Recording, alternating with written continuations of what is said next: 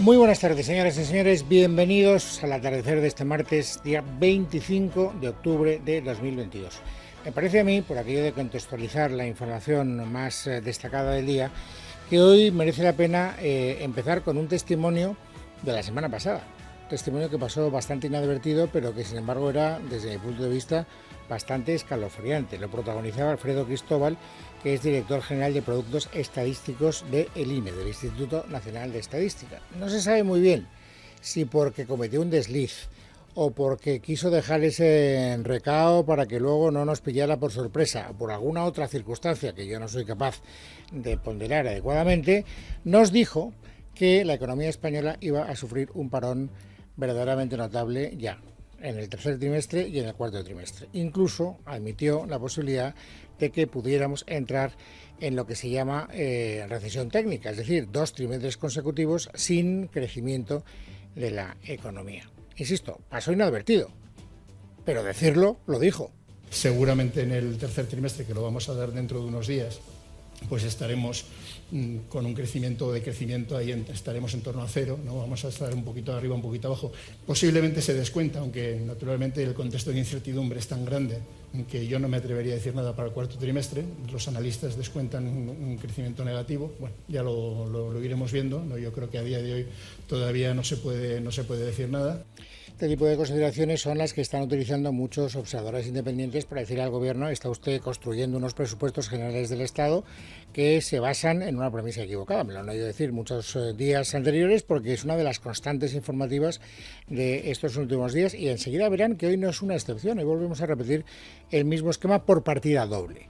En primer lugar, porque esto que se podía considerar, no se sabe muy bien si un desliz o un aviso precautorio del Instituto Nacional de Estadística, se ha convertido hoy en una noticia ya avalada por la AIREF, por la Autoridad Fiscal Independiente, que nos dice que en efecto vamos a entrar en recesión técnica, parón el tercer trimestre con posible crecimiento cero o negativo y decrecimiento en el cuarto, no elevotista. Así lo avanzan los datos que maneja la Autoridad Independiente de Responsabilidad Fiscal, según la cual en el tercer trimestre del año nuestro crecimiento del PIB podría situarse en torno a cero, algo positivo, pero desde luego muy próximo al estancamiento. Palabras de la directora de la División de Análisis Económico de la AIREF, Esther Gordo, en la presentación del informe sobre los presupuestos de Pedro Sánchez. Según Gordo, su primera estimación pasa por una caída de la economía del 0,2% y del 0,3% en el último trimestre, por lo que entraríamos en recesión técnica y la tendencia se mantendría a inicios de 2023, aunque ha puntualizado: todo dependerá del contexto que en estos momentos, como saben, está marcado por el deterioro de los mercados de la exportación, los mayores precios del gas y también el aumento de los tipos de interés. Pero al margen de nuestro estancamiento, la AIREF hace otra advertencia al Gobierno. Cristina Herrero es su presidenta. Si se produjera la prórroga total de las medidas con una valoración similar a la que se tiene de ellas en este momento, pues el déficit del conjunto de administraciones públicas en 2023 se situaría en un nivel muy similar al registrado en el 2022. Es decir, no habría esta reducción del déficit público que está prevista en el plan presupuestario. Una situación que obedece, dice, a la falta de realismo de los ingresos y gastos públicos contenidos en las cuentas públicas para el próximo año. Según la AIREF, el desfase entre ambos aumentaría más de un punto hasta el 4,6% del PIB frente al 3,9% que estima el Gobierno. Bueno, no tengo que recordarles que las declaraciones públicas de la ministra de Economía, de la vicepresidenta Nadia Calviño, van en el sentido contrario, en la doble dirección. Por una parte, sigue hablando de crecimiento robusto de la economía española y además habla de reducción del déficit como uno de los objetivos que se marca el Gobierno y que además pretende conseguir con la herramienta de los presupuestos generales del Estado que se están empezando a tramitar. Si la AIREF tiene razón, Nadia Calviño va a quedar en entredicho en su doble argumentación.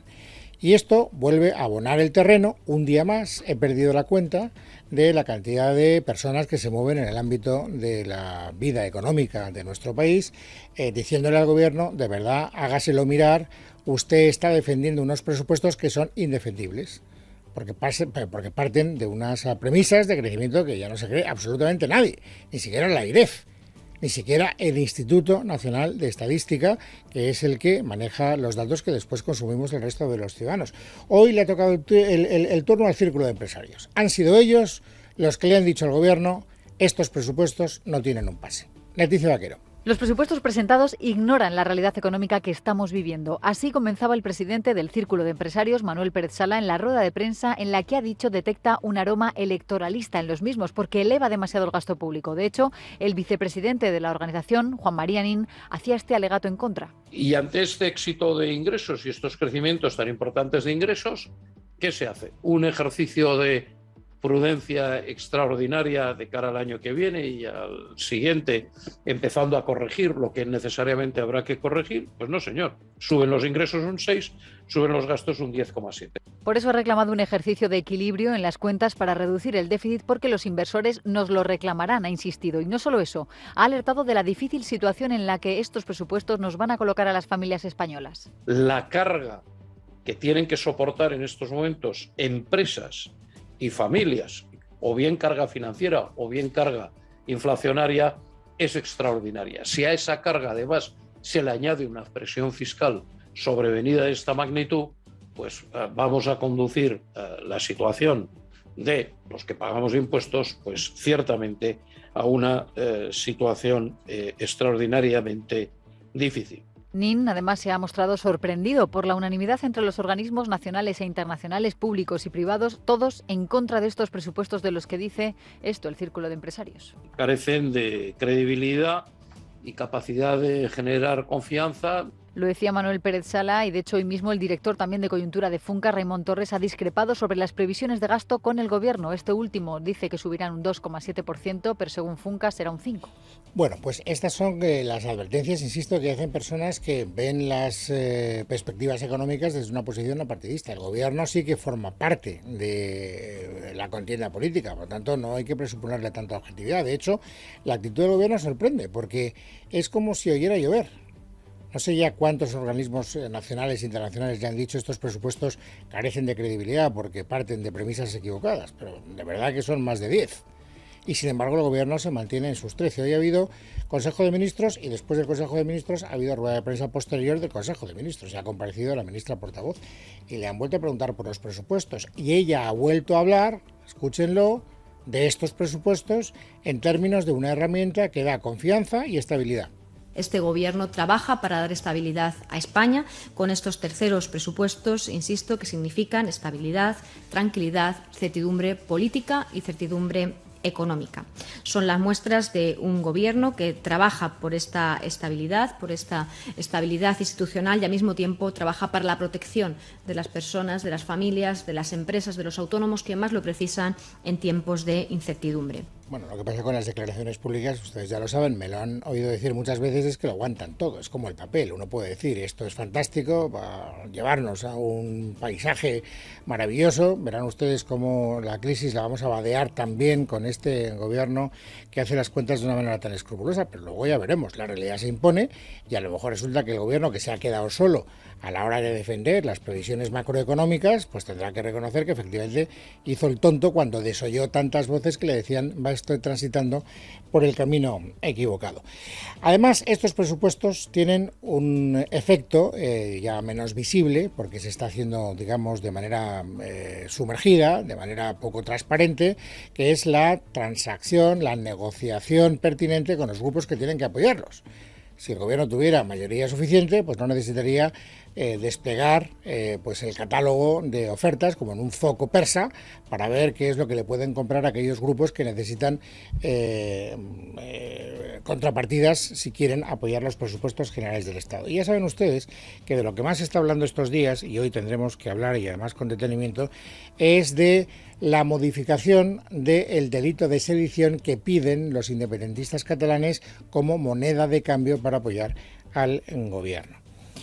Ha habido una declaración en la comparecencia de la ministra portavoz esta mañana que me ha parecido altamente sospechosa, porque si creemos lo que ha dicho Isabel Rodríguez, el Gobierno no parece que esté trabajando en esto, no porque no quiera, o sea, porque ella recuerda que efectivamente el presidente del Gobierno se comprometió en la sesión de investidura a modificar la tipificación del delito de sedición. No, pero lo que dice ella es, no hay ninguna novedad, el Gobierno quiere hacerlo, pero no hay una mayoría parlamentaria para poder afrontarlo y por lo tanto nada nuevo bajo el sol. La posición del Gobierno es la que manifestó el presidente en su discurso de investidura y es que parece razonable que España se homologue en este tipo penal con los países de nuestro entorno y que nosotros no observamos un cambio de mayorías parlamentarias que permitan avanzar en esa dirección. Por tanto, no vamos a hablar en nombre de otros grupos políticos. No hay novedad en ese asunto. La posición del Gobierno es la que se mantuvo en el discurso de investidura. ¿No hay novedad, seguro, señora portavoz? ¿De verdad que no hay ninguna novedad? ¿No han empezado ustedes ya a negociar con Esquerra Republicana de Cataluña? Por decirlo mejor, con Esquerra no lo sé, pero que con el Gobierno catalán han empezado a negociar es algo que me consta, pero no me consta porque yo sea muy listo, sino porque sencillamente escucho lo que dice la portavoz del Gobierno catalán, que también ha hablado hoy, Patricia Playa, y que ha dicho que naturalmente está negociando este asunto con el Gobierno español, pero que no nos puede dar detalles porque cualquier indiscreción entorpecería el buen fin de esa negociación en curso. Aquesta discreción respecto al acuerdo o a lo que ya se esté trabajando. El Estado ya sabe lo que tiene que hacer. Me van a permitir que no vaya más allá. Seguramente que será una pregunta que tendrá repregunta. Solo faltaba, pero para poder garantizar el buen funcionamiento de los contactos discretos no iré más allá. Contactos discretos. Ustedes lo acaban de escuchar. Luego se están produciendo. ¿Cómo que no hay ninguna novedad, señora Rodríguez? Me parece a mí que lo mejor es, en fin, contarle a los ciudadanos lo que está pasando. Luego los ciudadanos responderán de una manera o de otra. ¿No será más cierto que el Gobierno tiene miedo a que se sepa porque sabe que esto va a suponerle un precio electoral caro? A mí me parece que por ahí va la respuesta a esta aparente contradicción entre la portavoz del Gobierno nacional y la portavoz del Gobierno catalán. ¿Y por qué lo digo? Porque hoy Jaume Asens, luego escucharemos a Jessica Albiach hablando de otra cosa, pero hoy Jaume Asens, que es uno de los portavoces de Unidas Podemos y uno de los hombres fuertes de En Comú Podem, ha contado con todo detalle que efectivamente esta reforma del delito de sedición hay que hacerla, y hay que hacerla pronto, porque si no se nos echan las elecciones encima y esto tiene un coste que no queremos pagar.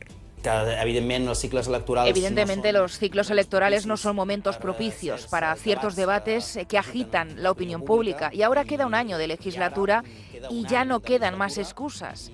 Pensem que, efectivament, ja no hi ha més excuses. Se debe abordar lo más rápido posible y lo más alejado posible de las elecciones generales. Generals. Porque de lo contrario, si nos acercamos a las elecciones, habrá mucha gente que tendrá argumentos para no votar al Partido Socialista o a Unidas Podemos, aquellos votantes de Unidas Podemos que, con independencia de su, digamos, política de izquierdas, tengan una idea nacional que no se compadece mucho con esto del buen trato sistemático a los independentistas, es decir, a aquellos que quieren romper la idea de España. Por lo tanto, sabemos por Playa que están negociando, que hay contactos discretos, sabemos por Asens que tienen voluntad de hacerlo pronto y sabemos por Albiach, Jessica Albiach, que ese pronto significa antes de que acabe el año. Escuchen la conversación que han mantenido esta mañana con una periodista en la radio catalana. ¿Podría pasar que la propera ¿Y en la próxima reunión de la mesa podría salir ese compromiso de reformar el delito? ¿Del delito de sedición? Podría pasar, ya se está trabajando en esa carpeta de la desjudicialización. ¿Y cuándo se tornarà a reunir la ¿Cuándo taula se va a de volver a diàleg? reunir la mesa de diálogo antes de que acabe el año? La idea es aquesta. Esa es la idea. La idea es antes de que acabe el año y así todo cuadra. Lo hacemos discretamente, ella también reconoce que se está trabajando en esa carpeta y lo alejamos de la fecha electoral, que es el momento más ingrato porque es cuando más efecto adverso puede tener de cara a las urnas.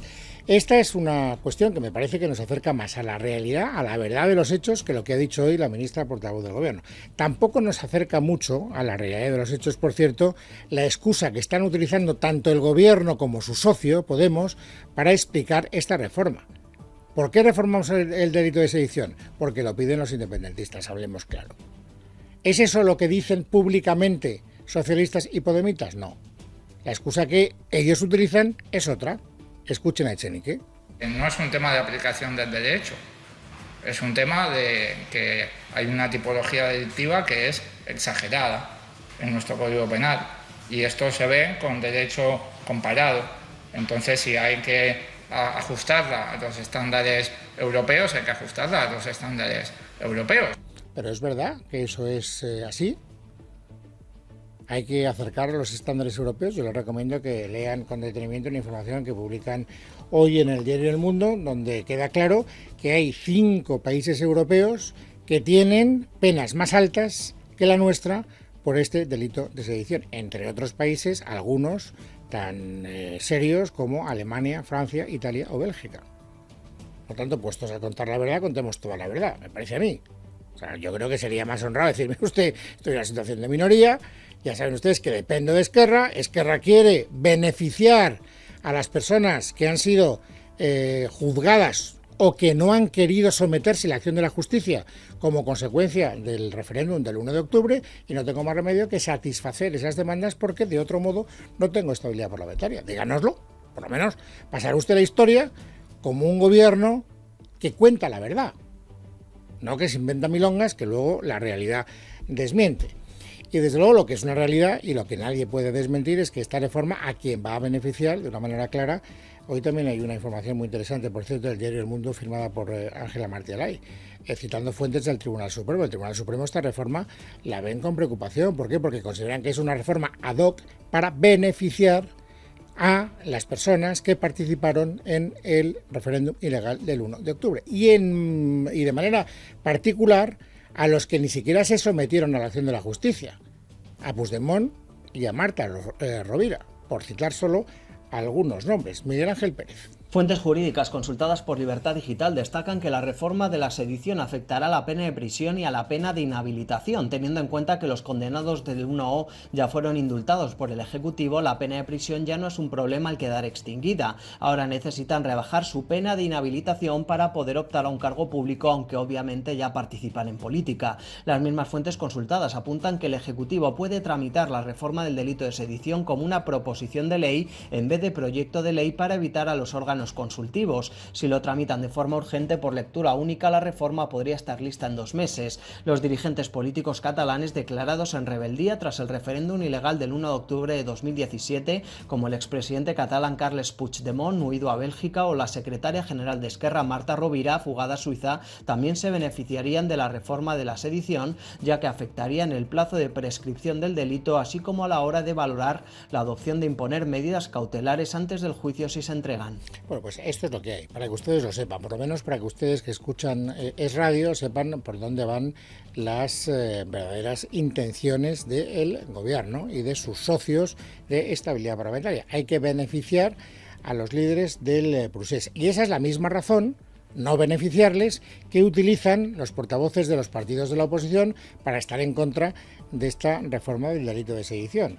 Hoy han hablado Espinosa de los Monteros en representación de Vox y también Edmundo Val en representación de Ciudadanos. Lo que están diciendo es que se puede volver a repetir los sucesos acaecidos en octubre del 2017 y no pasa nada. Háganlo otra vez. Denunciar ese hecho gravísimo que supone la subasta del Código Penal.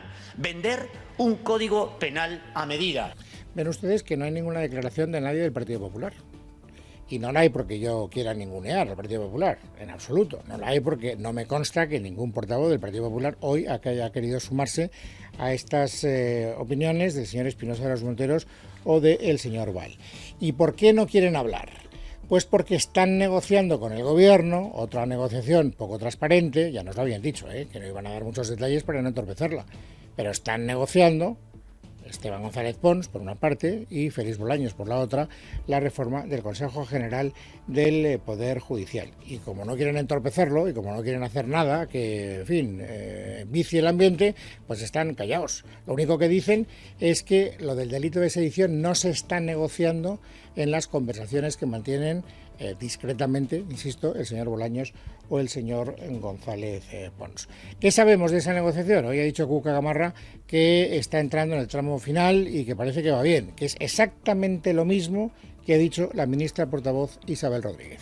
Estamos en la fase final de esta negociación, estamos abordando, por tanto, los temas más complejos, avanzamos, no sin dificultades, pero el hecho es que estamos avanzando y esperamos que culmine este trabajo. Bueno, vamos a ver si culmina o no culmina, dependerá también del grado de afinidad que haya entre Unidas Podemos y el Partido Socialista, que forman parte del mismo gobierno. Y en este sentido no les voy a contar nada nuevo. La dificultad de concretar algunos nombres pues no parece sencilla de superar, porque sigue Unidas Podemos empeñada en que Victoria Rosell forme parte del nuevo Consejo General del Poder Judicial. Saben que el Partido Popular no quiere bajo ningún concepto, porque es una persona vinculada a una formación política y de lo que se trata es de despolitizar el órgano de gobierno de los jueces, y el Partido Socialista no sabemos si se dejará convencer por Unidas Podemos o estará cerca de la posición del Partido Popular. Lo que sí sabemos es que Podemos no se rinde. Escuchen a Echenique. Entendemos que nadie progresista puede apoyar este veto, y por eso le pedimos al PSOE que no apoye este veto, que, como digo, no tiene ningún sentido. Si alguien representa la regeneración de la justicia en España, es Victoria Rosell. Bueno, y hablando de justicia, un apunte más, muy rápido. Saben ustedes, probablemente les sonará, que ayer en este mismo programa y en otros medios de comunicación, como es lógico, escuchábamos al señor Urkullu, a Iñigo Urkullu, reclamar un poder judicial propio para el País Vasco, y sorprendía mucho que no hubiera habido ninguna voz, ni en el Gobierno, ni en el Partido Socialista, que le hubiera dicho a Urkullu que es que eso sencillamente no se puede hacer porque es inconstitucional. Bueno, han tardado 24 horas, pero al final ha salido Eneko Andueza, que es el secretario general de los socialistas vascos, para decirle a Urkullu lo que debería, en mi opinión, haberle dicho ayer. El Poder Judicial, desde luego, es un poder del Estado, constitucionalmente recogido, la Constitución en vigor así lo dice, por tanto, creo que a eso nada se puede añadir. Bueno, y una referencia a la política exterior. Saben ustedes que hay dos frentes abiertos que nos interesan. Uno en Italia, porque Meloni ha sido ya elegida hace unos días presidenta del gobierno italiano, y además ya ha tenido su primera aproximación a las autoridades europeas. Una de las cuestiones que más inquietan es qué actitud va a tener Italia, que es la tercera economía de la Unión Europea, con un gobierno que no parece que esté nutrido de grandes europeístas. Ella parece que es la que más interés tiene por salvar, digamos, la buena relación con la Comisión Europea. Bueno, pues lo interesante, efectivamente, es que hoy ha hecho declaraciones, Meloni, hablando de la Unión Europea, para tranquilizar ¿a quién? ¿A su electorado? No tanto. Para tranquilizar, sobre todo, a los países que forman parte de la estructura de poder de la Unión Europea. Verónica Jorro. Meloni ha agradecido los mensajes que ha recibido de las principales instituciones europeas y ha explicado que sabe que hay curiosidad sobre la actitud que tendrá su gobierno hacia la Unión Europea, a lo que ha respondido que la Unión Europea no siempre ha estado preparada, pero que por hacerse preguntas no quiere decir que sean herejes, sino que son pragmáticos. Italia hará oír su voz en Europa como corresponde a una gran nación fundadora, no para frenar o sabotear la integración europea, como he escuchado decir estas semanas, sino para contribuir a enderezarla, para hacerla más eficaz, para responder a la crisis y a las amenazas externas y tener una visión más cercana de los ciudadanos y de las empresas, ha dicho Meloni, que también ha reiterado que Italia seguirá siendo un socio leal de la OTAN y ha confirmado que se respetarán los compromisos internacionales para ayudar a Ucrania a defenderse de la agresión rusa. Meloni también ha reivindicado los ajustados plazos para la formación de gobierno, la unidad del centro-derecha, y ha destacado cómo Italia no puede perder el tiempo en la situación económica actual. Estamos en medio de una tormenta con un barco que ha sufrido varios daños y los italianos nos han encomendado la tarea de llevar el barco a puerto en esta travesía tan difícil. En questa difficilissima traversata. Un discurso de más de una hora en la que en varias ocasiones ha sido interrumpida por aplausos y donde Meloni ha agradecido el apoyo al pueblo italiano en las elecciones del 25 de septiembre, gracias al cual se ha convertido en la primera mujer en presidir un gobierno en Italia. En este sentido, ha afirmado que siente el peso de ser la primera mujer en gobernar su país y ha agradecido a todas las mujeres que pasan por dificultades para hacer valer su talento y ayudarle a romper el techo de cristal. Martes 25 de octubre de 2022. Vamos, amigos, ahora a completar el paisaje informativo sobresaliente de este día. Néstor Nieto, buenas tardes. ¿Qué tal, Luis? Buenas tardes. La Comisión de Peticiones del Parlamento Europeo ha confirmado este martes que enviará una misión a Cataluña para analizar la situación de persecución del castellano en la educación. La demanda la ha impulsado el grupo liberal al que pertenece Ciudadanos tras la intervención el pasado febrero en la Eurocámara de los portavoces de la Asamblea por una escuela bilingüe de Cataluña. Y los ministros de Energía de la Unión vuelven a reunirse hoy en Luxemburgo para avanzar en medidas que rebajen la factura energética. En este encuentro, la Comisión Europea ha planteado que el modelo de la excepción ibérica, que permite a España y Portugal poner un techo al precio del gas utilizado para generar electricidad, se extienda al resto de la Unión Europea con un tope de entre 100 y 120 euros el megavatio hora, un límite más suave que la media de 60 euros del marco hispanoluso y con la que el Ejecutivo estima un beneficio neto de 13.000 millones de euros para el bloque. Javier García. Buenas tardes. Sí, propone que el modelo de la excepción ibérica que permite a España y Portugal poner un techo al precio del gas se extienda al resto de la Unión Europea con un tope de entre 100 y 120 euros el megavatio hora, un paso con el que estima un beneficio neto de 13.000 millones de euros para el bloque. La ministra de Transición Ecológica, Teresa Rivera, ha dicho que España apoyará a los países que defienden la extensión. Consideramos que es nuestra obligación el respaldar a esos estados que en este momento están desprotegidos. Así que entendemos perfectamente que aquellos otros estados miembros con un sistema eléctrico con poco carbón, con poco gas, quieran poder beneficiarse de una respuesta parecida. Las autoridades comunitarias, eso sí, remarcan una diferencia con respecto al modelo instaurado en España y Portugal. El mecanismo europeo no subsidiaría en ningún caso las plantas de carbón. La Comisión Nacional de los Mercados y la Competencia ha abierto un expediente informativo a las compañías energéticas ante las dificultades que están encontrando los consumidores para el trasvase a las tarifas reguladas de luz y gas natural más baratas, especialmente en este último servicio tras las últimas medidas del Gobierno para contener el impacto de la crisis energética, según ha confirmado hoy la secretaria de Estado de Energía, Sara Hessing. Nos llegan y cada vez hay más voces, dificultad a la hora de intentar hacer el cambio a la tarifa regulada. Yo creo que es importante dejar claro que el organismo responsable es la Comisión Nacional de los Mercados y la Competencia. Somos conscientes que ya ha abierto un expediente informativo, eso significa que está vigilando a ver si todo está funcionando adecuadamente. Todas las comercializadoras que tienen que dar ese servicio, la parte regulada, tienen una obligación de atención al cliente, tienen que atender a esas solicitudes y vamos a estar muy pendientes por si hay que tomar nuevas medidas. Y cambiamos de asunto. Continúa el tira y afloja entre los agentes sociales a cuenta de la subida del salario mínimo. Desde la patronal, el presidente de la COE, Antonio Garamendi, advertía que una subida salarial homogénea podría hundir la economía, mientras los sindicatos siguen insistiendo en subir los sueldos arreglo a la inflación. Así lo decían los líderes de Comisiones Obreras, Unai Sordo, y de UGT, Pepe Álvarez. Hay que subir los salarios. Tenemos que conseguir por lo menos que las trabajadoras y los trabajadores podamos vivir el año que viene en las mismas condiciones en las que estamos viviendo este año. Y eso quiere decir cláusulas de revisión salarial. El PSOE da marcha atrás tras la polémica originada después de que trascendiera que Alfonso Guerra no había sido invitado al acto que el partido organizará este fin de semana en Sevilla para conmemorar los 40 años de la histórica victoria de Felipe González. El parlamentario socialista andaluz, Rafael Márquez, ha aclarado hoy que la Dirección Provincial Socialista de Sevilla va a cursar una invitación expresa al también el vicesecretario general. El compañero Alfonso Guerra siempre es bienvenido en cualquier acto del Partido Socialista y máxime en un acto que pretende celebrar una victoria como la del 82 en la que él fue no un protagonista más, sino que fue uno de los grandes protagonistas. Por tanto, en ese sentido, no le quepa la menor duda de que el compañero Alfonso Guerra no solo va a ser bienvenido, sino que nos consta que por parte de la dirección provincial del partido se está cursando invitaciones. Esta mañana se ha retomado con la declaración de los primeros testigos el juicio por el accidente del Albia a su paso por Angrois en 2013, en el que murieron 80 personas y otras 145 resultaron heridas. El Policía Nacional, que ejerció como secretario de la instrucción del accidente, ha declarado hoy que en las primeras declaraciones tomadas en los días posteriores al siniestro, el interventor de Renfe negó hasta en 2 ocasiones la llamada con el maquinista, Francisco Garzón, instantes antes del descarrilamiento. Sandra Fares. Según han relatado estos policías en esta cuarta jornada del juicio, el maquinista se culpabilizaba a sí mismo por un despiste, pero se quejaba de que la seguridad y que la señalización de la vía no era la adecuada. Han declarado que el maquinista asumía su responsabilidad y no apuntaba a más responsables, pero que también aseveraba que algún día iba a pasar porque no había señalización para reducir antes de la curva y que era algo rudimentario basarlo todo en él.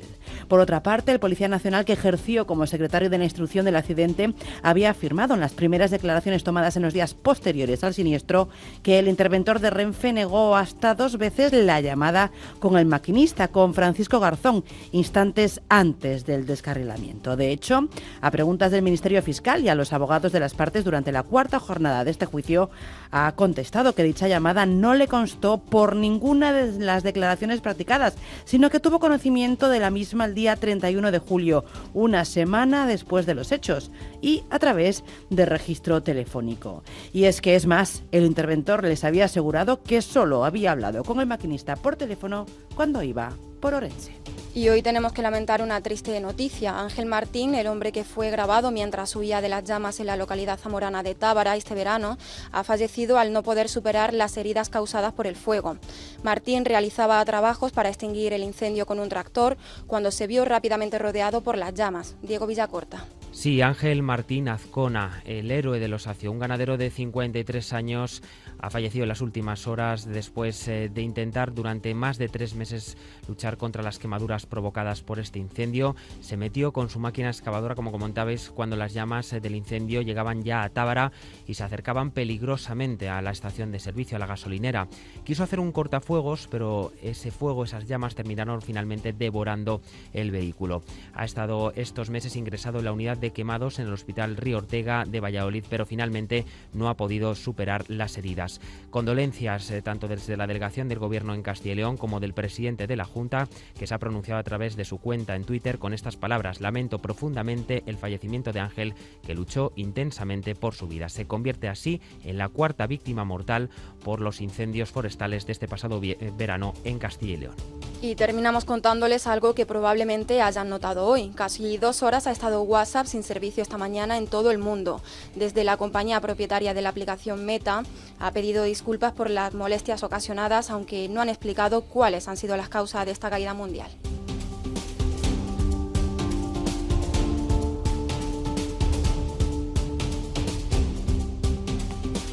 Y una noticia más, antes de despedir este resumen, y es que corremos el peligro de quedarnos sin pan. La inflación, el elevado precio del gas, de los cereales y sobre todo de la luz está asfixiando a las panaderías artesanales. El precio de la harina, para que se haga una idea, ha subido un 80%. Y todo ello ha llevado a muchos negocios o a subir los precios o directamente a bajar la persiana. El próximo viernes los hornos se apagarán como primer aviso durante 15 minutos.